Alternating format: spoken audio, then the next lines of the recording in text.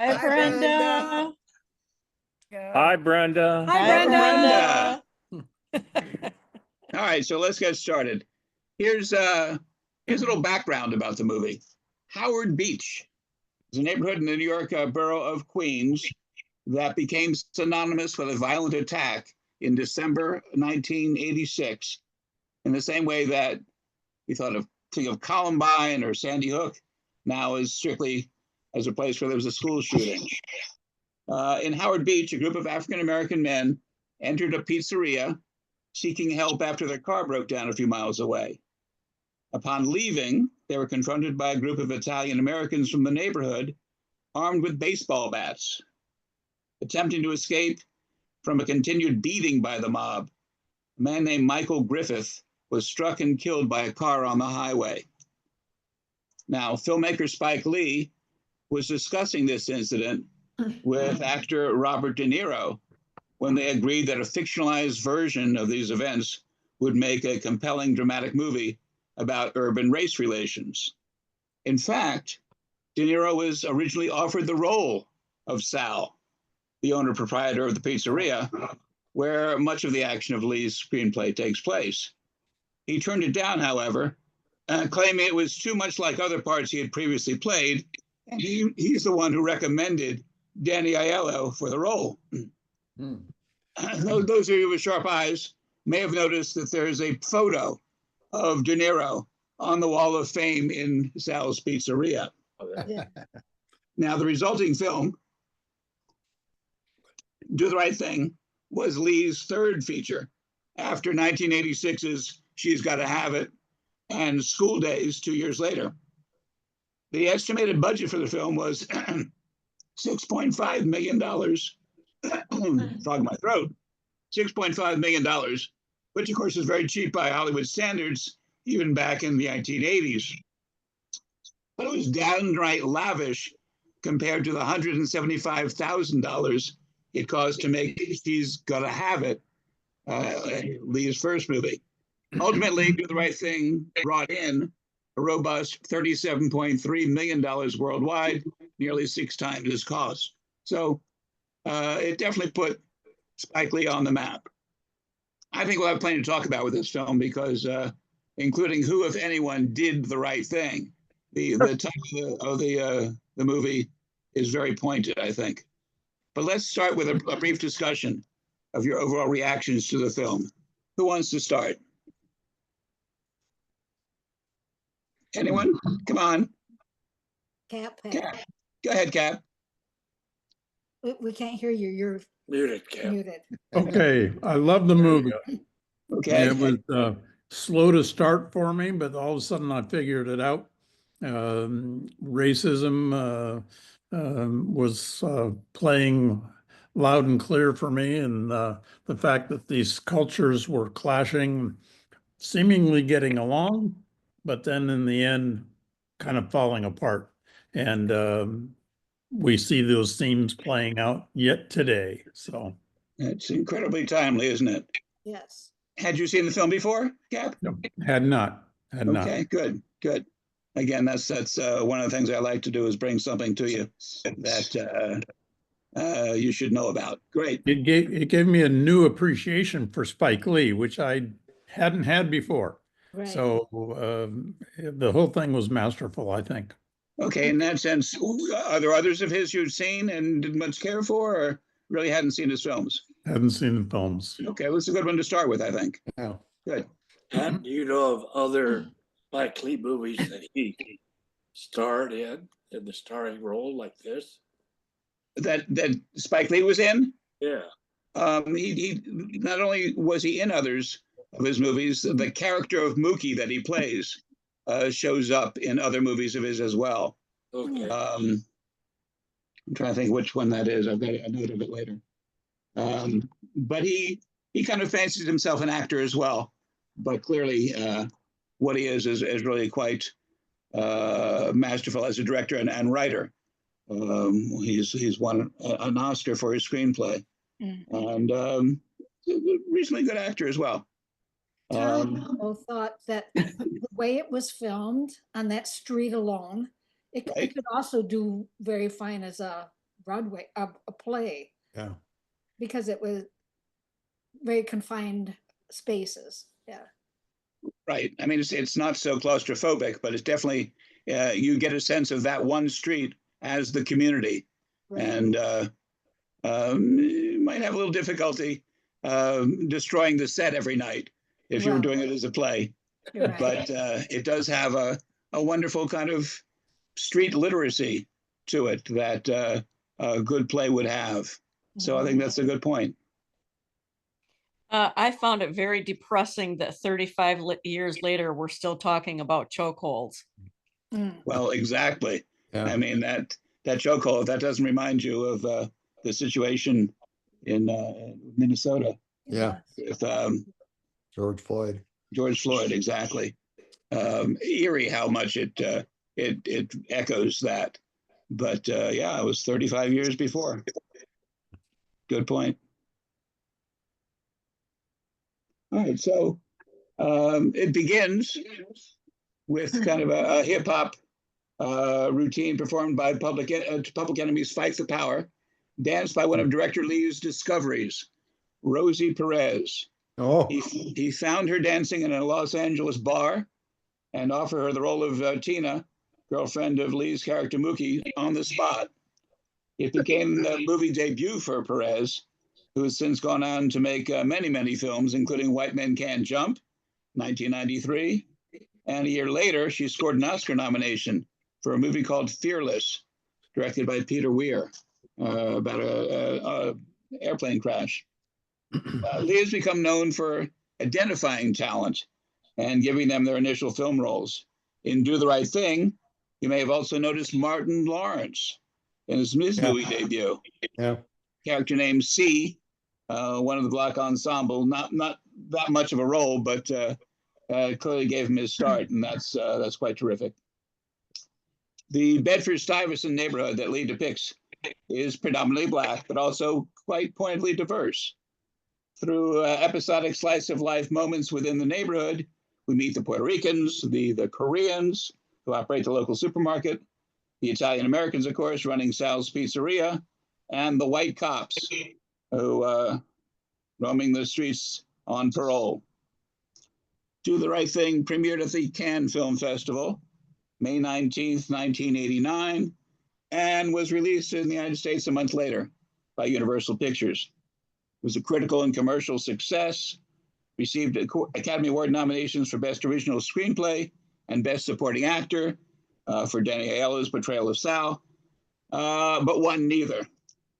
In 1999, turn the page, a decade later, it was selected by the National Film Registry, by the Library of Congress, citing the preservation as culturally, historically, and aesthetically significant.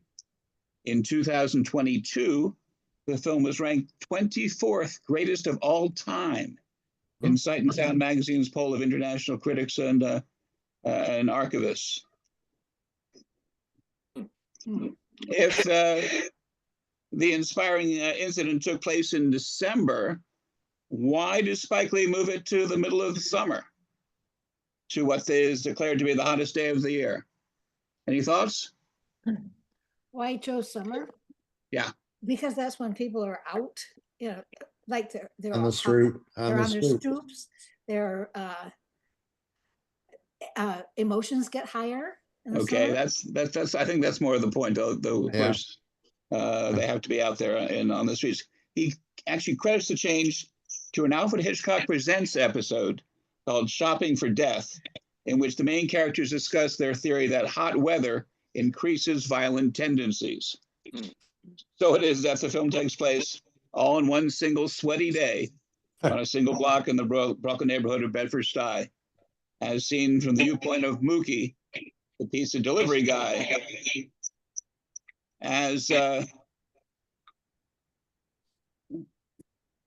blistering climate gives way to escalating encounters and disputes around culture, ethnicity, and community.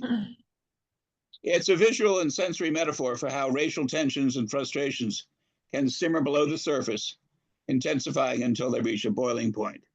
I mean, the whole movie is really one long simmering fuse, and then boy, does it explode. But it's fair to say it's kind of slow early on, but he's definitely getting you ready for something. Clearly, something is about to blow, and it takes a while, but boy, it gets there, I think. So we're introduced to the many characters along the way, getting ready for all that. There's Sal and his two sons. There's Pino, played by John Turturro. He's a bit of a racist, tired of serving the shop's black customers, eager to persuade Sal to move to a more white location. And then there's Sal's younger son, Vito, played by Richard Edson, a friend to Mookie, which really irks Pino and undermines their relationship between the two brothers. Among the other standouts is the mayor, played by the great Ozzie Davis. Davis, yeah. An amiable alcoholic and would-be peacemaker. And he's enamored of Mother's sister, that's Ruby Dee, who keeps a sharp eye on events on the street from her perch in her brownstone. And of course, Davis and Dee are a long married couple and frequent acting partners, as well as they were mentors to Lee and friends of his father, jazz musician Bill Lee. Oh. A particularly vivid character is the mentally impaired Smiley, played by Roger Guinier of Smith, who ambles about toting hand-colored pictures of Malcolm X and Martin Luther King Jr. And then there's Radio Raheem, played by Bill Nunn, inseparable from his boombox, and Mr. Senor Love Daddy, played by Samuel L. Jackson. Pretty impressive. Yeah. Early, not his first film, but early film for him. He's the mellow voiced radio disc jockey.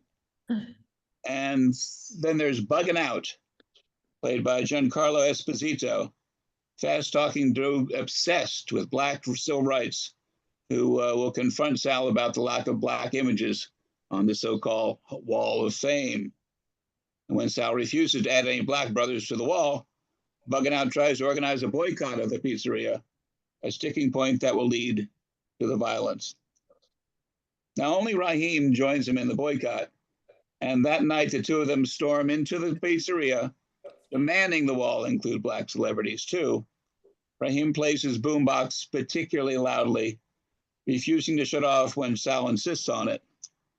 Something in Sal's then snaps, and he smashes the boombox, instigating a brawl that spills into the streets. The police arrive, including an officer played by Danny Aiello's son, Rick. Did you notice that? Yeah. And he restrains Raheem, getting him into a stranglehold with his nightstick, killing him.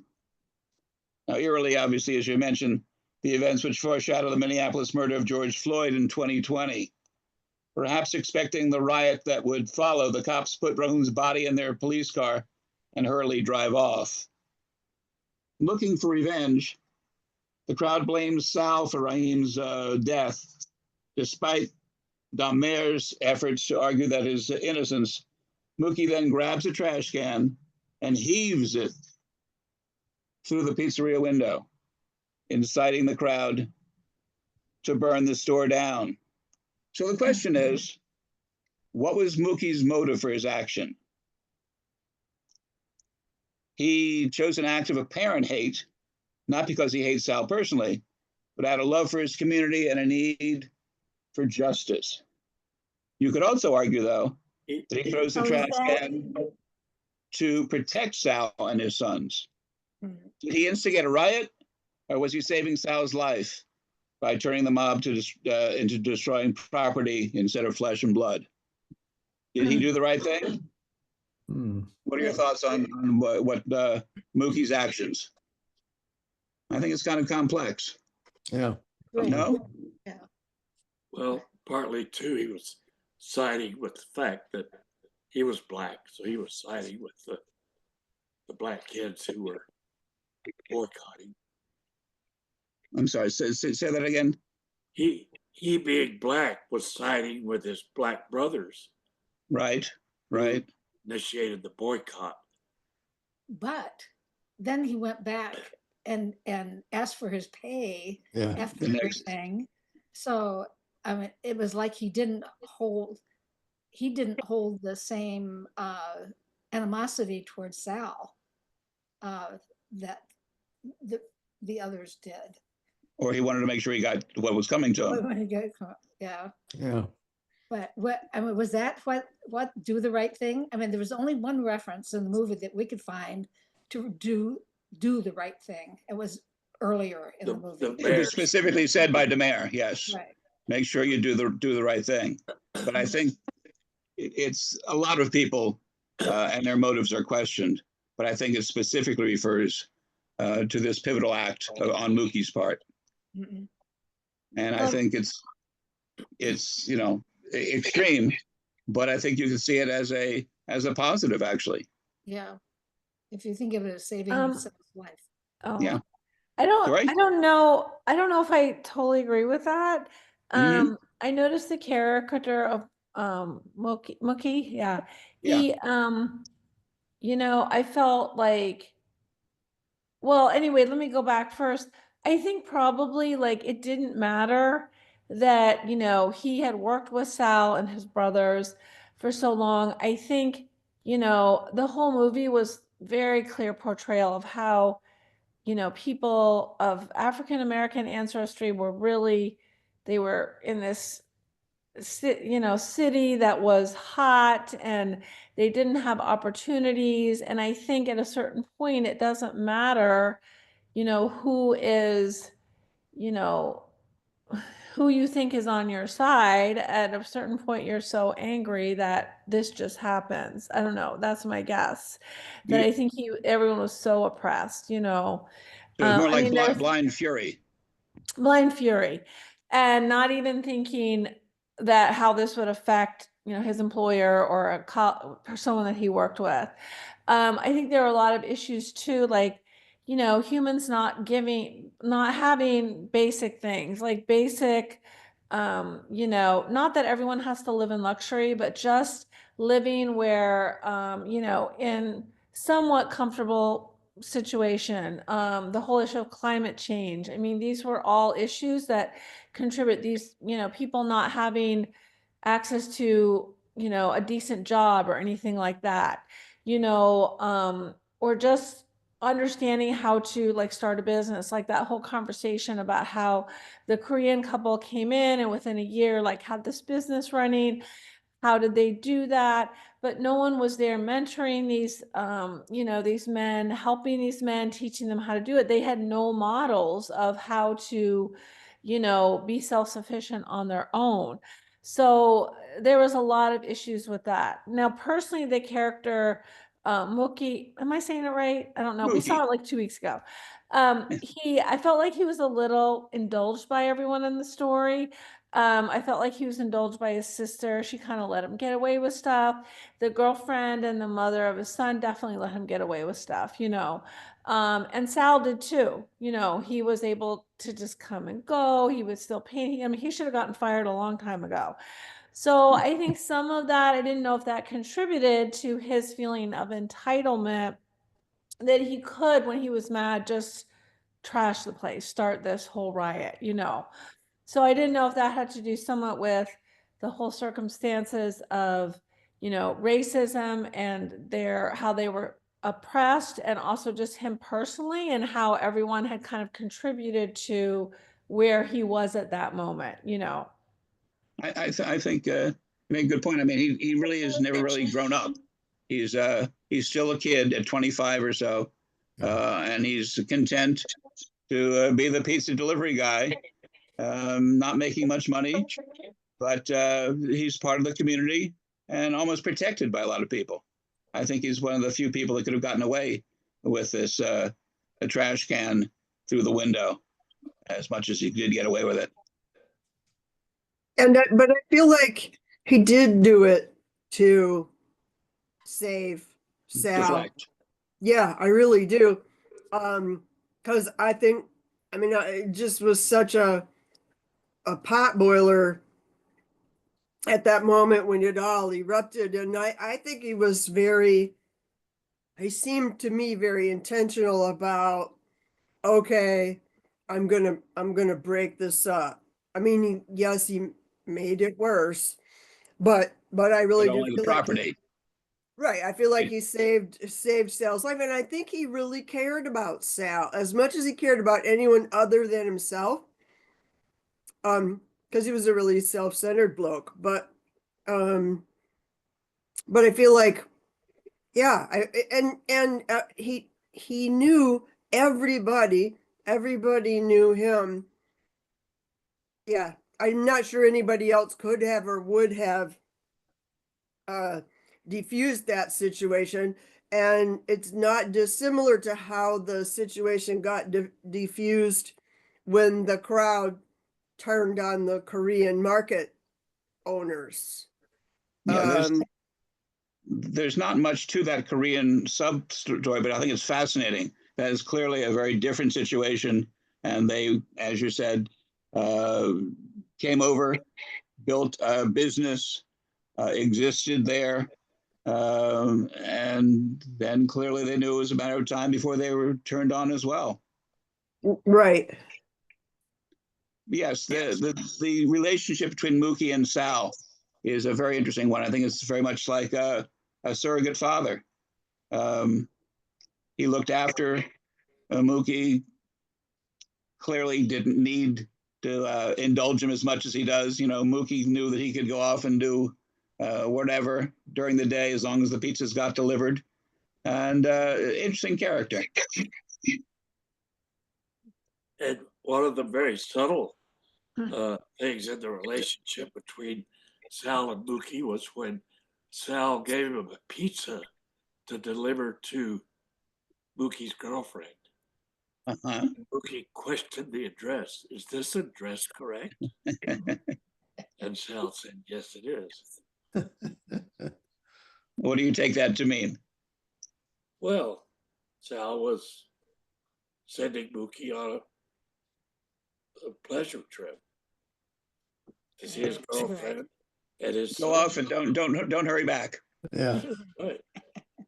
We had the sense, Jerry and I talked about the individual characters, and we had the sense that Sal wasn't actually racist. Oh, That No, that I I think agree.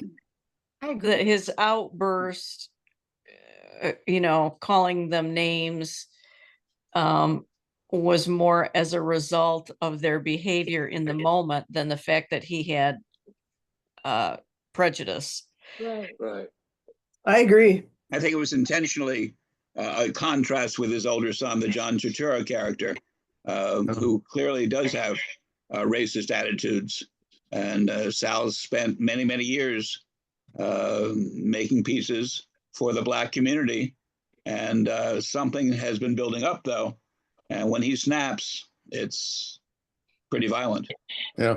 Absolutely. Well, do you not have the sense that that pizza shop had been there? Like my feeling was that that pizza shop probably got built when it was an Italian neighborhood. Mm. Well, he Right. certainly makes a point of that he built it himself. Yeah. Right. I don't know the history of Bedford-Stuy. Was it Italian before it went black? I don't know, but it just seemed like that would maybe be a reason why. He would build it there. Yeah. But I thought that was a kind of a sweet interchange that he had, where he said, especially for Italian people who, for them, food is nurturing, where he said, I've fed these people for 30 years. I mean, Yes. it was a sincere, heartfelt conversation, Lady- I thought. Watch their children grow up. Watch the old folks grow older. Yeah, I think yeah. he felt himself an important thread in that community until then. And watch his son become a racist. Oh, yeah. Mm, It must have been very difficult for him. Yeah. He's in this Yeah. community, feeding these people. He's known these people for 30 years, and here his son is growing up to hate them. Well, and he tries to persuade him otherwise. But they must have had that conversation in the past. And Mm. give them that, the perspective of time, perhaps. But I thought it was more of a blowout than a planned. I mean, clearly the black men who came in there in the end were trying to provoke an incident. Mhm. And the fact that it was hot and it was just kind of a confluence of events that you know, just kind of brought everything together so that you ended up with this riot. And then some people played out their deep-seated prejudices and others didn't. It was just an in the moment event of prejudice. What do you take Sal's smashing of the boombox to be? A built-up hatred, or simply he had enough in the moment and just didn't think about it, just acted, just That's what I thought, because he asked him to turn it off or down or whatever yeah. more than once. More than once, Mhm. nicely. And he was in his establishment Yeah. and he just wouldn't comply. He kept egging him on. Yeah, first when I saw him pick up the baseball bat, I thought he was gonna hit the man. Yeah, rather yeah. Than hit the boombox. Right. Yeah, Well, he always had the baseball bat ready, right. but Yeah, that tells you there's something many too. times they went for the property as opposed to the person. It could have been a bloodier situation in many cases. Right. So Sal pretty much did the right thing. Until he didn't. Until he didn't. Mhm. You know, this was 20 years after the 60s and civil rights, and Lisa and I were having the discussion. Wouldn't it have been diplomatic of him to put some black faces on the wall, even though it's his restaurant and his culture, but he's now living in a different world? It would have been a good political And, move on and his it would have part. been a diplomatic thing, maybe, to put a few black entertainers Yeah. on the wall. He could have diffused the situation. Yeah, yeah. Yeah. And Well, maybe if he'd been asked nicely, he might have. It was, you know, nobody listens at the end of a pointed finger, and No. almost no one replies. That's right. but clearly he felt put up against the wall and had to refuse, and felt he had to refuse, and then ultimately just simply take that bat and hit the boombox, Mhm. which was virtually like hitting Raheem in the face. So Well- in any event, Well, go ahead. I also felt like, you know, another thing, like, not that we're all this way, but also just, I think, you know, maybe it was the heat, maybe there was this, you know, simmering tension everywhere, but also just people not being able to, you know, calm themselves and ask politely. Like, just think how, you know, people, you know, it just seemed there's a lot of yelling and profanity, and, you know, no one would, you know, no one was like, the response was to yell at someone or to kind of berate them. That's the So culture. yeah, the culture. So I don't know if that like contributed, if it was just like the final, you know, like nail in the coffin kind of thing. But I don't know. I think sometimes it's good to look at those movies and kind of, now we all lose our temper sometimes. So that's understandable. But I mean, those were just some observations. It was a little bit emotionally exhausting movie, you know, because Absolutely. you know, everyone at some point would start yelling at the other person, you know, they were, and I know some of it is cultural. I know different cultures communicate different ways, but you know, it was a little exhausting, like scenes with the girlfriend. Those started out nice and always ended up in a screaming match, you know. And you know, with a lot of them, there was also a lot of yelling. So I just wondered if, and I think that was symptomatic of like the tensions that were going on there, you know. People were upset, there was the racial tension, which also spilled over into the Korean family. I was surprised that they didn't tear up the Korean place. But I think also, you know, in the back, like that girl said with Sal's Pizzeria, she said, I grew up on this food. So I Mhm. also wondered if all of a sudden they kind of like check themselves, like, wait, this is where we buy our food. Maybe we should stop this, you know, before we wreck the Korean, you know, market. So I don't know. But usually when those kind of mob scenes happen, like nothing will stop them, you know. So I just thought that was kind of interesting that they stopped right there. Someone stopped them. Who Yeah, stopped them? I don't remember, but somebody actually stopped it. I I don't was know. surprised. I was surprised they didn't trash the place. Yeah, I was expecting that. Yeah, Yep. they were really angry that these immigrants with no education and no backing, apparent backing, were somehow able to start a business. Like they were trying to figure out what magic had caused that they didn't have. Yeah. How did they do that? You know, we can't do that. How did they do that? They were clueless, and that they Yeah. saw that the Korean family, through really simple hard work, Yeah. built something of value. But it's interesting that yes, they did stop before they trashed the place. You would think they would tear down the whole block and Hmm. hit their own community. Well, it can also be somewhat inherent to that culture. Like it made me think of it because I saw a news posting last night about our community. I don't know if you saw it, Valley, but a crowd gathered in the north end of Kalamazoo, and then there was a murder of a security guard. You know, so it was all black. I mean, it had to be. And often the murders that occur there are black. So it's kind of it's you know, I mean it's self-destructive, but it's a way of expressing anger in that, I think, in that culture. I mean, why would you destroy the pizzeria that makes good food that you eat?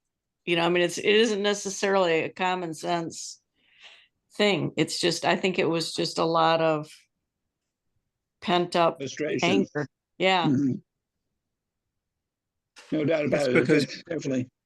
Go I ahead, think sorry. crowds don't make the same decision that a person would.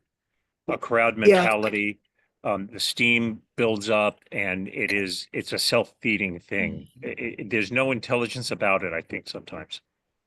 Yeah, it's interesting. They went for the cash register first, and then they started breaking up tables, and then just everyone participating and so forth. And that's the way crowds get out of control, and then their bad results happen. So And as you're saying, it happens, continues to this very day. I didn't know about the situation in Kalamazoo, but certainly the George Floyd situation is just eerily Mhm. similar. Yeah. I had a question. Our main character started out early. He had like $550 in his pocket, and that was money he was like saving. And of course, everybody in his family needed money, and she kept saying, "You're never going to make anything of yourself." And then he kept working, and he tried to get his back pay, and eventually got his back pay. So he ended up having over almost $700-800 in his pocket. But my sense was he was saving to do something. Did anybody else have that feeling or? Yes. No, I had the sense that he would be a piece of guy for the rest of his life. Yeah, Maybe he had his money in his pocket, but I don't think he had a plan for doing anything more constructive, building a career of any sort. could be. Well, Anyone thoughts? it's a sad commentary, but you know, so this was 35 years ago, and now the expression of anger or violence as the expression of anger has become even more upfront, commonplace. I mean, now we're on to mass murders in schools, you know? It's like, who would have thought, because we never solved these problems. I mean, here chokeholds were a problem 35 years ago. And I looked up the names, I researched on the internet, the Michael Griffiths one you mentioned and a Yes, couple of other ones. And it's like the problems never get solved. I'm afraid that's the message of the movie. Yes, Yeah, that there is some peace of some sort, but basically the hostility among the races continues. yeah. Despite Especially this. the two quotes at the end, one by Martin Luther King and one by Malcolm X, kind of Mhm. a contrasting view about violence. I've got those quotes. We'll talk about that in a minute. It's a very good point, as, though. as a means to an end. Do you think? That's go ahead. Do you think the title? I mean, I'm wondering like who the title was directed at. I'm wondering if it was directed at white people, people of means. I was just wondering, if that's what the title was geared toward. Yeah, I don't know if anyone had any thoughts on that. I mean, I think it's specifically talking about Mookie's actions, but I think it also puts it into the heads of the viewer. What would you do in this situation? Would you do the right thing? What is the right thing? Anyone else's thoughts? Well, going back to the money in his pocket, he wasn't about to do the right thing by his family and help pay the rent or buy food. He always cried poor. I don't have anything. And she said, well, you're good for nothing. You don't help with anything. Here he's got all this money in his pocket. Why wouldn't he help out? So he should have done the right thing. I'm not trying to make him into a saint, but I think in the case of the trash can, I think that was an act of trying to diffuse what could have been a very tragic situation. Cool. Or put bad enough. Or put a few black pictures up on the wall. A few black That's all it would entertainers on take. the wall. That That's all could it have would been take. do the right thing. Yeah, that might have been do the right thing. Well, the fact that the phrase originated from the mayor, he said that to Mookie, do the right thing. Mhm. So I think that gives credence to what Hat said, is Mookie was the person who's gonna do. It's definitely the mayor is the one who says the quote, but it's I think the finger points in a lot of directions in the film. Everyone has to think about what for them the right thing is. Anyway, the next morning, as I say, Mookie returns the remnants of Sal's Pizzeria and demands his weekly pay, and of course they argue, but Sal does eventually pay Mookie, and the two kind of cautiously reconcile. And then an epilogue shows these two quotations you talked about that demonstrate the dichotomy of the film's theme. One from Martin Luther King, who claims violence is never justified, and one from Malcolm X, who claims violence is, in quote, intelligence when used in self-defense. The quote strolls by pretty quickly, but I have them to read. Dr. King says, quote, violence as a way of achieving racial justice is both impractical and immoral. It is impractical because it is a descending spiral ending in destruction for all. The old law of an eye for an eye leaves everyone blind. It is immoral because it seeks to humiliate the opponent rather than win the understanding. It seeks to annihilate rather than to convert. Violence is immoral because it thrives on hatred rather than love. It destroys community and makes brotherhood impossible. It leaves society in monologue rather than dialogue. Violence ends by destroying itself. It creates bitterness in the survivors and brutality in the destroyers. Quite a statement of passivity from Martin Luther King. And then again, in contrast, Malcolm X puts it this way. I think there are plenty of good people in America, but there are also plenty of bad people in America. And the bad ones are the ones who seem to have all the power and be in their positions to block things that you and I need. Because this is the situation. You and I have to preserve the right to do what is necessary to bring an end to that situation. And it doesn't mean that I advocate violence, but at the same time, I'm not against using violence in self-defense. I don't even call it violence when it's self-defense. I call it intelligence. So a strong rebuttal. I was for Spike Lee to put them side by side each other as if they are talking to each other. Not the case, but a clear difference. And you have two contrasting political positions. Do either of them strike you as the right thing? How do you react to the two quotes? Well, I always react to Martin Luther King as that's the way I want to see the world. So You would like the world to be like that? I Yeah. would. Okay. I would say my reaction to Martin Luther King's quote is that it's idealistic. Too idealistic suggests that it's not in touch with reality. Yeah, I mean, do you think you can talk people and reason with people about prejudice? I don't know. I think what Well, Martin you know Luther that each of King them, said. how each of them ended up their lives. Go ahead, Dory. I think what Martin Luther King said at the end about the effect that violence has on the person that inflicts it and the victims, I thought was very interesting. I thought that was really something that was You really mean that it's a a good lose-lose? it was really a great insight because it shows it doesn't help either person, you know. Whereas it may feel good in the moment to express that anger through violence, like it has this effect on the person inflicting it and then the effect it has on the victim. So it doesn't solve anything. So I just thought that last part was like really insightful. I think that's so well said.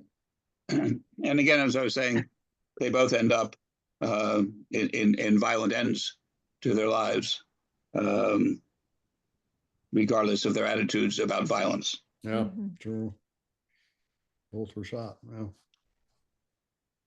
And an interesting another monologue is the one by Radio Raheem on the subject of love and hate. You know, the two words that are on his brass knuckles. Well, it turns out the speech is delivered, was filmed straight into the camera, unlike anything else. It's almost as if he's talking to us, and it feels like it's addressed to the audience, based on a similar soliloquy from the 1955 film, The Night of the Hunter. Now, in that film, it was delivered by Robert Mitchum as a serial killer. And I'm asking as a preacher, describing how the two emotions, love and hate, are an internal struggle within themselves. And as Raheem describes the dichotomy, they are the roots of racism, an internal struggle against the outside world. Here is that speech. Well, let me tell you the story of right and wrong. Right hand, left hand. It's a tale of good and evil. Hate. He was with that band, that hand that Cain iced his brother. Love these five fingers. They go straight to the soul of man.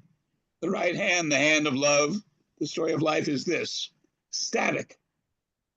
One hand is always fighting the other hand, and the left hand is kicking much ass. I mean, it looks like the right hand, love, is finished. But hold on, stop the presses. The right hand is coming back. Yeah, he got the left hand on the ropes. Now that's right. Ooh, it's a devastating right, and hate is hurt. He's down. Left hand, hate, KO'd by love. So again, it's another difference of extremes. And that's the way his life goes. Yeah, hit him down, left and right, hate and love. Baseball is also the great American pastime, a frequent motif in the movie. Of course, Mookie's always wearing a Jackie Robinson Dodgers shirt. Baseball serves as a conduit to discuss racial tensions and cultural pride, a battleground to challenge racial representation. And the debate between Bugganout and Pino over who the best baseball player is, each one arguing for a player of their own race, of course, exemplifies the struggle for recognition and respect within the same national fabric. This motif underscores the racial divide that persists even within shared cultural experiences. Baseball is can be used as a metaphor. It always is in many, many stories, but particularly in this one, it really threads throughout the movie. Now, typical of the positive critical response to the film was the enthusiasm from Gene Siskel and Roger Ebert, who, of course, were the reigning television critics of the time. They both ranked the film as the best of 1989, and later each ranked it as one of the top 10 films of the decade. Siskel described the film as, quote, a spiritual documentary that shows racial joy, hatred, and confusion at every turn, while Ebert lauded it for coming, quote, closer to reflecting the current state of race relations in America than any other movie of our time. And it's true. I mean, can you think of other films? There are many films, of course, about race relations. What others come to mind? Any? West Side Story. West Side Story is a good one. Yes. Guess who's coming Absolutely. to dinner? Guess who's coming to dinner? Or what, that movie with Spencer Tracy and Right. Audrey Hepburn. What he has the new son-in-law. Yes. Yeah. I mean, there have I been don't, I don't think it would get as much acclaim now as it did then, because so I was thinking about, well, how old was I? Well, that I was 2 years out of high school. And now the expression of racial hatred is so commonplace and so out there. I don't think the movie would be, I mean, it's front and we've gone from having a black president to where we are now. We've gone so far back in our racial relations. I don't think it would be as well applauded as it was back then. For all I know, society now would prohibit that movie. It could be banned. Which movie are you talking about? You're talking about Do the Right Thing. Yeah. Okay. Well, it may not. I mean, we can't have it on our books. We can't have it on our statutes. We can't have it. I mean, we've removed all the black veterans. Clearly, if DEI is not allowed to exist, this Yeah. movie would not Can't exist. have You're it right. in the Yeah. university. Yeah. DEI equals black culture. That's- Yeah, I'm not sure it would be, yeah. Well, Um, I mean, I don't think race relations were that bad back in '89 compared to where they are now and where they were in the 60s. Yeah. Well, when we elected Barack Obama, we thought that was the end of the racial life. Yeah. We've solved the problem. Well, of course not. But yes. Yeah. Well, I think, like, if it wasn't there, it wouldn't have come out now. So I think it was always there, regardless of the fact that Barack was elected, because otherwise it wouldn't be here.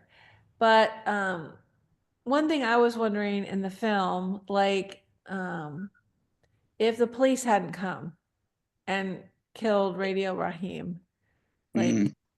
what would have happened? The police were the only ones that did not live in the neighborhood. So that's a question, like, would it have ended that way?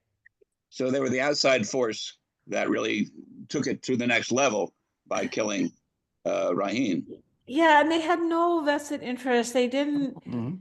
even though there were so many tensions, like, these people in the neighborhood had a certain level of caring or connection to the other people in the neighborhood, but the police didn't. They just saw him as, a bad Well, this black kid. All of But them this was bad black their people. beat. This is where they were day in and day out.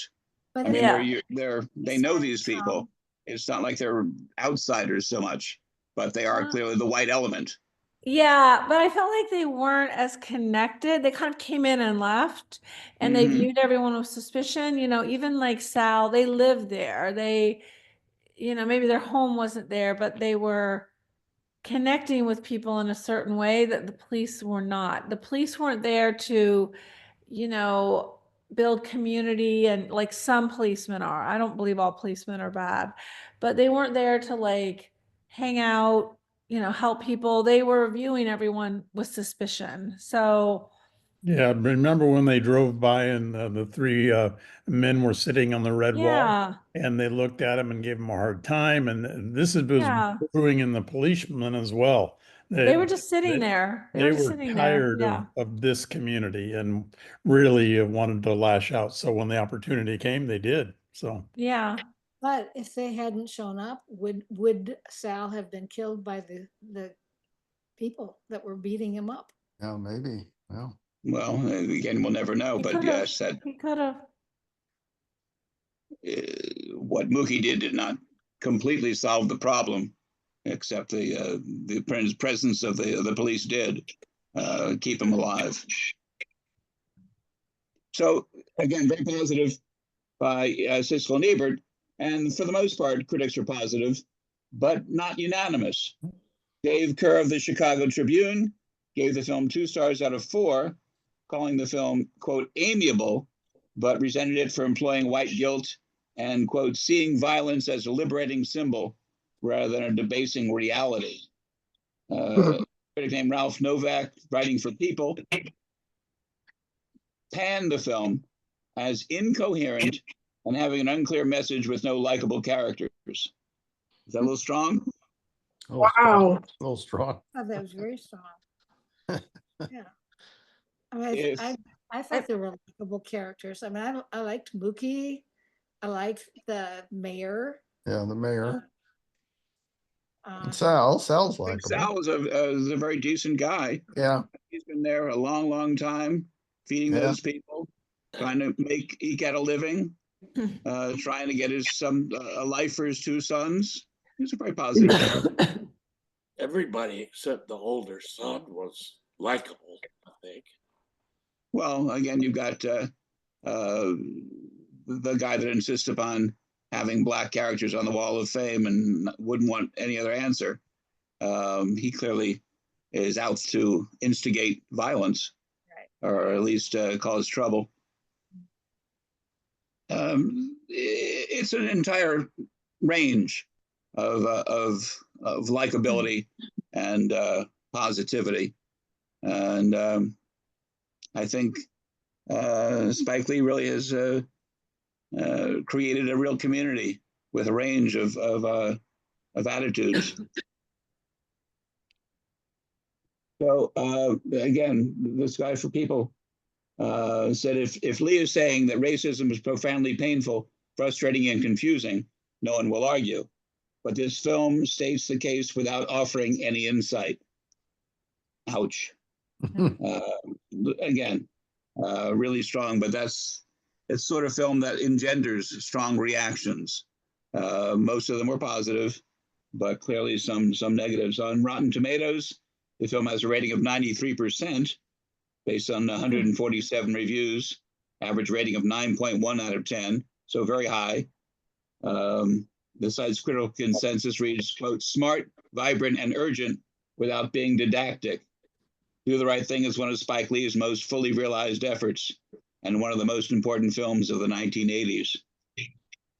On Metacritic, the film has a score of 91 out of 100 based on 26 critics, indicating, quote, a universal acclaim and placing it as the 68th highest film of all time on the site. In June 2006, Entertainment Weekly placed Do the Right Thing as number 22 on a list of the 25 most controversial movies ever. The film also topped the list of the Orlando Sentinel's overrated films of 1989, calling it, quote, a tiresome combination of sitcom and message movie. Ouch. That is full of honest anger, but expresses little else. The Florida Paper article also stated that, quote, it's hard to oppose a film that opposes racism without sounding racist, or at least racially biased, even if the film is superficial in its approach to the issue. I don't know what he's looking for. Clearly, it's dealing with a serious subject in a serious but entertaining way. and I think it's very involving, and has a lot to say. None of the reviews, and I haven't heard you mentioned in anything, unless I missed it. No one really talks about the police violence, right? It wasn't not in these quotes. I don't know whether the rest of the reviews does refer to it. It's certainly there. It's not the point of the film, but No. it's clearly the strongest bit of violence is from the outside element of the police that come in and do that chokehold and kill off the character. Yes, and of course we know where that leads. Absolutely. And at the time of its release, Do the Right Thing became a popular subject of op-ed opinion columns with many protesting its content. Some suggested that the film could incite Black audiences to riot. Now that idea enraged Lee, who criticized white reviewers for suggesting that Black audiences were incapable of restraining themselves while watching a fictional motion picture. In a 2014 interview, Lee said, "That still bugs the shit out of me. Outrageous, egregious, and I think racist." He said, quote, "I don't remember people saying people were going to come out of theaters killing people after they watch Arnold Schwarzenegger films." True. And I think he has a very good point. You know, the expectation is that it's the Black audience members Yeah. who see a film and then go out and copy the violence. But in fact, I think that is what has happened. And Spike Lee has been criticized for his depiction of women in a lot of his films. What do you think of the way he shows Rosie Perez in the film here? She mentioned that she personally was uncomfortable shooting her character's nude scene. Any thoughts on Tina, his girlfriend? Or actually, if you know, She's Gotta Have It, the female character there, the main character, really. Familiar with that movie? Also one to take a look at. His very first film. It's very very low budget, very independent, but it's clearly showing an important artist about to come into his own. I guess my comment would be, I can't see it in this film, but I don't know what is being driven after. And when you say his criticism of women, you mean their role in society is minimized, or what's his criticism? I mean, I couldn't see that in this film. You only had 2 women. Yeah. That'll be Right. 3, yeah. And the sister's almost not there. The girlfriend is a stand-up person. I mean, if it wasn't for her, the baby wouldn't be taken care of. So, I mean, she's positive. I even thought the other woman was positive, the woman that was the love interest of the mayor. I So agree. much Yeah. open in the window. Yeah. Yeah, a but I more don't know what the well-rounded character than he's given credit for. There's In this also movie, the to me, in this mother, movie. the grandmother, the mother of the girlfriend, who also Moki treated very disrespectfully. And of course she was furious at him, but with good reason. But I think some of that fury was also toward the daughter, who kept letting him back in and Mhm. encouraging him. But so he didn't treat her respectfully at all. He made disparaging remarks about her language and, you know, that kind of thing. He didn't want the baby to learn Spanish. So I think that was, you know, I didn't feel like the girlfriend was portrayed in a positive light at all. You know, she was kind of begging him to come back, even he kept dumping on her. So I don't know if that was intentional or not. The only other characters were like the one girl that was part of that group. She always had a hat on. There weren't very many female characters. You know, the one lady It's a that strongly male film. Yes. yeah, it was a very This- male film, so I don't know if that was intentional or if he just didn't realize that the main characters were pretty much male. And And that's- the beginning with her dancing, you know, that was in a very sexual way, you know, that kind of thing. Like often women, you know, it highlighted her body and things like that. Like that's kind of a typical way that women are portrayed, you know, like that's their value. So that's kind of what I saw. I think that's very much what people are reacting to when they talk about him and the way he shows women. Yes. What about? Okay, so that opening sequence was highly sexualized. It was also extremely violent. Mhm. But I don't think there was nothing unbelievable to me about that character. So to me, the girlfriend / out of wedlock mother and her mother and mother's sister and anybody's who was traveling with the gang, they all seemed to me like people that were believable and not caricatures, just as I didn't feel like any of the men were caricatures. But the men had so much more screen time and more dialogue. They could be more Okay. rounded. We don't really get a sense of Tina, I don't think. I feel like I know exactly who she is. Interesting. Okay.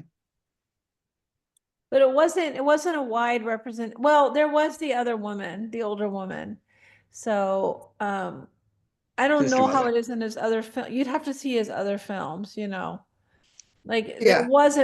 there were not many women in there in really, I don't know, like positive ways, or it's really part of the community. They were kind of side, you know, they had the DJ, you know, there's a lot, the mayor, there's a lot of male, you know, Sal, Moki, the three guys sitting out, there's a lot of male Right. prominent. Sure, but should we be constraining as audience members? Should we be constraining what his story is allowed to be and be about?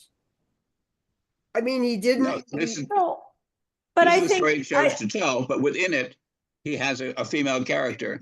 And the question is, how is she treated? How is she portrayed? yeah, if you just have one or two and they're portrayed a certain way, I mean, sure, movies can portray everything, but then also, you know, I think the question was, this is a pattern in his films, and I can't say that. So I think that's always the question, like, how is a particular, you know, segment of the population portrayed consistently in films, you know? And for him, I think maybe he was very concerned with Black men, you know, and that may have been where he was coming from. He is a Black man. So, but I think that the Black experience, what they're experiencing, also includes the female side too. So I don't know. His very first film is a little vaguer in my mind, but I think there is a female character more well-rounded. But ultimately, throughout the rest of his films, I think you have to call them almost all male-centric. Okay. So I really felt like the breasts were unnecessary. I felt like that was real gratuitous film work, where it would have been much more artistic if he had just left out that one shot. Agreed. Mhm. And that's what made Rosie Perez uncomfortable, but it was her first film. She wasn't going to say no to her director. Right. Yeah. Right. And that's also taking advantage, you know, of someone. Yep. Talking about the women, what did you think about Mookie thinking that Sal was hitting on his sister? He was. No question. Anybody else think he was? Yeah. Oh, I would think so. Absolutely. Okay. It's brief, but it's there. Did you not, Tom? Well, made me wonder about what I might say to a, you know, pretty young woman, and you know, we have to be guarded, I guess. Otherwise, you know, might be misinterpreted. I thought he was being, it struck me as more nurturing than come on, Yeah. but I think you're looking at things through the rose-colored glasses. Yeah, I do. Did you think he came on to her, Jerry? He, I he was remember gonna take it anywhere he could go with Yeah, it. he was. Precisely. He Girl was. with the Yeah. kinky hair. Yeah. Yeah. He was attracted was. to her because he came over and he sat with her and he was talking. Like clearly, it was his actions were more than just like a father figure. Oh yeah, he remembered what her soda of choice was, and Exactly. yeah. He didn't come sit down with anyone else. I didn't see that in the movie. Right, right. Right. That's a good point. So whose favorite film is this? It was the very Ah. first date. Barack Obama and Michelle Obama. The date Oh, in, right. 2014. And if you know the film, I forget what it's called, South Side with You, and where it talks about the two of them and their beginning of their relationship, and they go to see Do the Right Thing, Oh. That's funny. and they talk about what Mookie's motives were in the film. It's a large part of the movie. And finally, it should be noted that Spike Lee sprinkled homages to Do the Right Thing into several of his later films, bringing back characters and situations. For instance, the officer Long and Pond, the two cops at the climactic riot, they return in Jungle Fever, 1991. And in 2006 film Inside Man, the police are providing pizza to the hostages from Sal's Pizzeria. Loves to mention his own films. And Never throw away a set. Mookie makes another appearance in the 2012 film Red Hook Summer, still delivering pizzas. According to Lee, Sal took the insurance money from the burned out pizzeria and reopened the restaurant in Red Hook, New Jersey. He then rehired Mookie and agreed to include Black celebrities on his reinstituted Wall of Fame. So Sal learned his lesson, and an attempt in a later film to give it a positive spin. So That's great. There's a definite wonderful thread throughout his whole career of liking characters and featuring them well. Did he always play the Mookie role in all of those movies? They weren't all called Mookie, but that character is not far from what he plays. Both physically, he is kind of that sort of small, ineffectual, regular guy, Mookie-ish like. Let's put it that way. Absolutely. So the girl with the kinky hair that Sal was hitting on, she was also his love interest, right? Is that what you said when he said leave your hands off her? That was who? That's No, my that was his- impression. That That was his Oh, that was his sister. sister. Oh, that was his sister. Sister. Okay. Yeah. That's why he was so protective of her. Gotcha. Okay. Okay. Gotcha. So I hope this gave you a new appreciation, or maybe for many of you, an introduction to Spike Lee. If so, he's made several films, and one awfully good. I think Do the Right Thing is one of his best. But certainly, if I may suggest, put on your list Black Klansman. Oh, yes. Film, Did you fairly see it? recent. No, but it's a more recent movie Yeah, we though. saw it. Very good. Malcolm X, a major epic that he made about a biography of Malcolm X. And one film that really divides people, but I liked a great deal, is called Bamboozled. And it's sort of a, how would I describe this? Very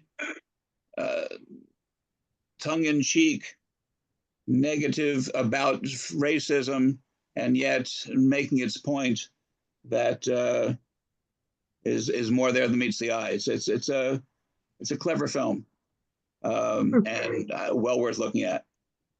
Well, this was another good choice, Hap. Thank you very Well, much. I'm delighted that it came to you for many of you for the first time. Yeah, you found another one to surprise us with. Okay. Yeah. Good. Is it Any- typical? Hap, is it typical for him to utilize multiple genres of music and weave them in? I just thought the music was woven into this movie beautifully. And Is it's a that, very important part of his films. Yes, absolutely.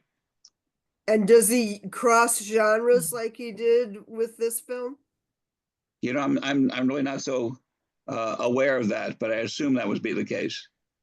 So we got liberal doses of hip hop and jazz, and then there were these little moments of, like, particularly when Ossie Davis and Ruby Dee were interacting, there was this, like, I don't know, 30s style love story, like movie love story music So they playing almost in have their their own background. themes, and when the Yeah, characters are on, the music style change to fit them.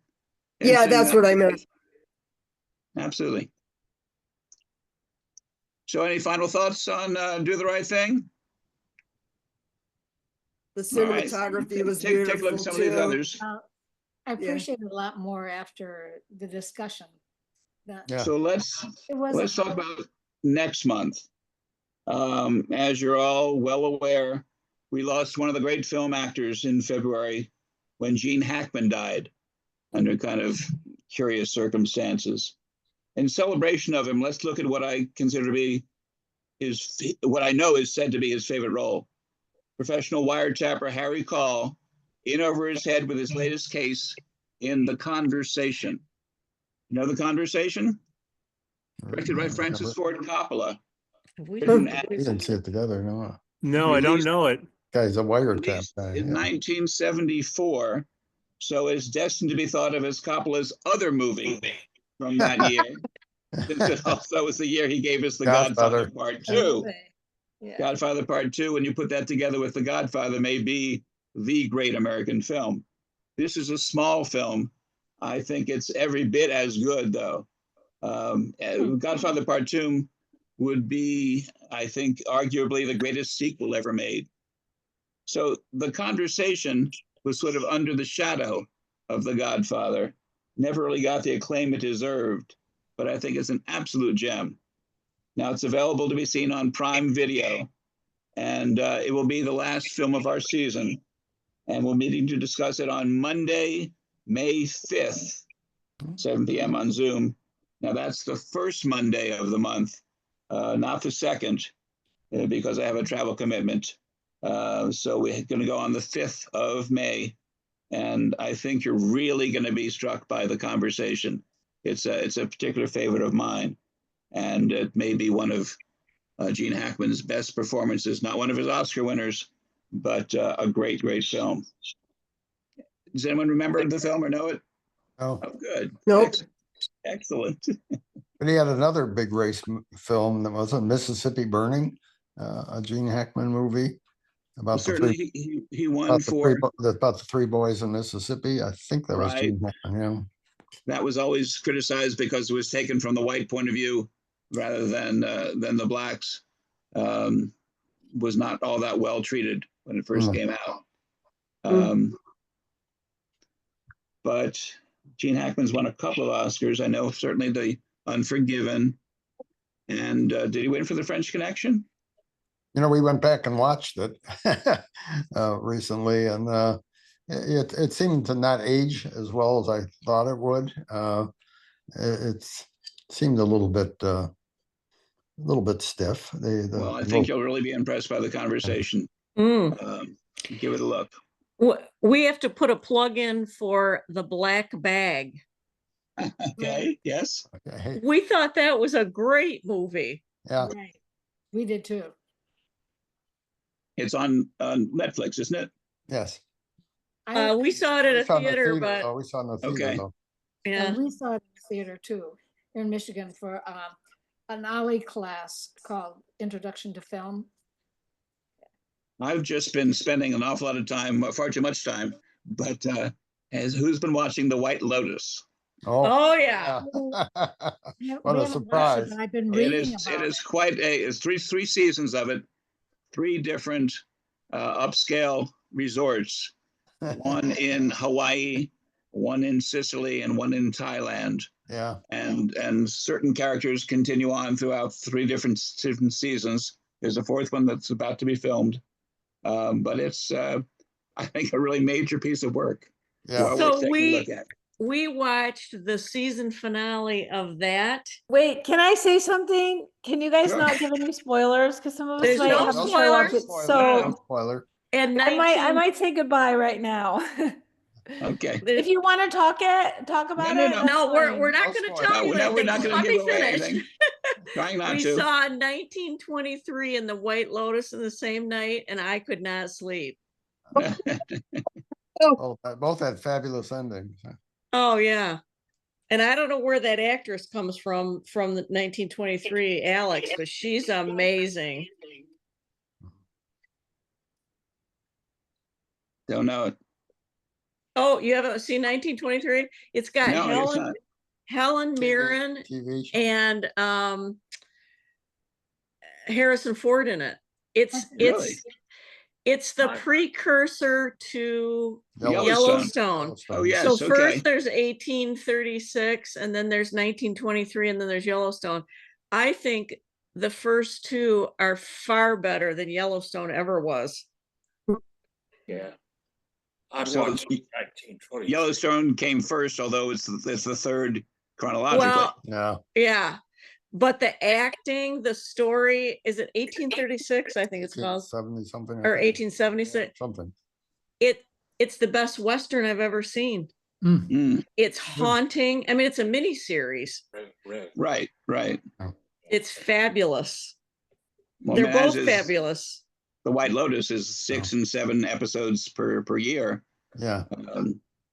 but it's very Very involving. artistic. Involved and It's artistic. infectious, and a lot of good sex.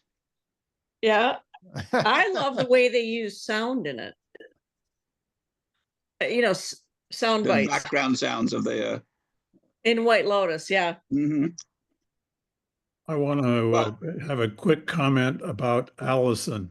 Allison has thrown 183 balls to that, I assume, dog, and I'm hoping her arm is going to be okay tomorrow. Do they ever come back? I've been keeping track. Gotcha. Thank you. Didn't mean to be distracting. I know No, these no, windows are no. little. Got to keep Very the dog good. occupied. It's a special Gotcha. dog. The dog All will right. sleep well So tonight. take a look at the conversation and Okay. enjoy. And Thank we'll. you. See you May Thank 5th. you. Bye. Cinco de Mayo. Namaste. Cinco de Mayo. Bye-bye. Take care. Yes. Cinco de Mayo. There you go. Tomorrow. Bye-bye. Bye-bye. Thank you. Where's lead meeting?